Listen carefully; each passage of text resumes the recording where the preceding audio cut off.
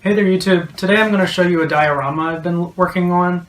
I have a pretty big interest in self-sufficiency, and although my eventual goal is to have a self-sufficient estate where I grow most of my own food, for now I'm definitely sold on the city lifestyle, but I still kind of want to think about what that will be like in the future, and so my plan is to have this diorama be kind of a story where I start off with just a blank slate where it's like a field or a plot that I've purchased, and then show how I might develop that over time into basically like a garden paradise. So that's just to give you an idea of what this is all about. Alright, let's take a look. Alright, so here's the way my diorama looks so far. What I'll try to do is I'll try to go through each step I took to get to this point and go into as much detail as I can about how I accomplished that step and also what products I used to do that. So this is 16 by 20 inches, and what that allowed me to do was to create a 1.3 acre plot in scale. And just to give you an idea of how big that is, I put this little scale cabin, which is about 15 by 20 feet. So to start off with, I used what's called an acrylic gesso artist board. I do some painting, so I was somewhat familiar with this already, so that's why I chose it. I think if I had to do this over again, I would use something that was specifically made for doing dioramas or train layouts. They make some pretty sturdy foam boards for that, for the base of things like this. But this is what I was just familiar with. This thing is about somewhere between 5 and 10 pounds, so it's not something light, so it's a little annoying to move it around. On top of the board, I sprayed a layer of foam insulation.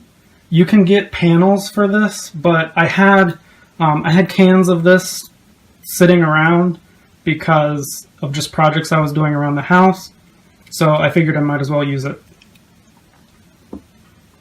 Now, if you aren't familiar with that product, I will say be really careful if you do choose to use it, because it's really sticky, so certainly don't use it on anything. You don't want that stuff to be there forever. And certainly don't touch it with your hands. Now, that layer took about a day to get perfectly rock hard, and once I was done with that, I covered the entire surface with plaster cloth. And if you're not familiar with what that is, here it is. It's just a cloth impregnated with plaster, and the way you use that is you dip it in some warm water and it'll instantly become super soft, and you can spread around the plaster to fill in the holes and then lay it out, and within about an hour it gets somewhat stiff, and then I waited a day just to make sure it was perfectly dry.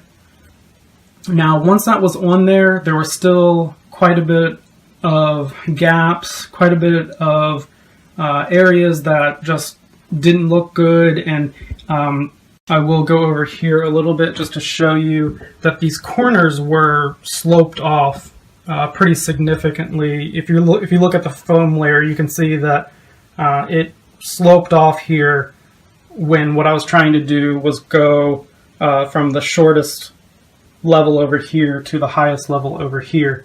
And so to get that leveled off, to kind of fix that sloping off, I use something called lightweight Hydrocal, and that's by Woodland Scenics, and this is what the package looks like. And that's pretty useful. It's a really lightweight plaster-like substance. I'm not really familiar with any of these types of materials, so it was really the only thing that I bought that I had never used before. And I used the Hydrocal to create the creek bed and to fix that sloping off that I was talking about. And it did a really good job of both of those, and I was really happy with how much it was able to level off the top of the diorama. Now, it still looks pretty rough, and my plan was that I would use the Hydrocal, just a lighter mixture of it, like a higher water content, and then use that because I found out as I was using it that the more water I put on it, the more I could smooth it out and smooth out any of the rough spots. But after doing some reading, I realized that there's this other product called Sculptamold, which is used for this exact purpose, to smooth out roughed-in terrains like this.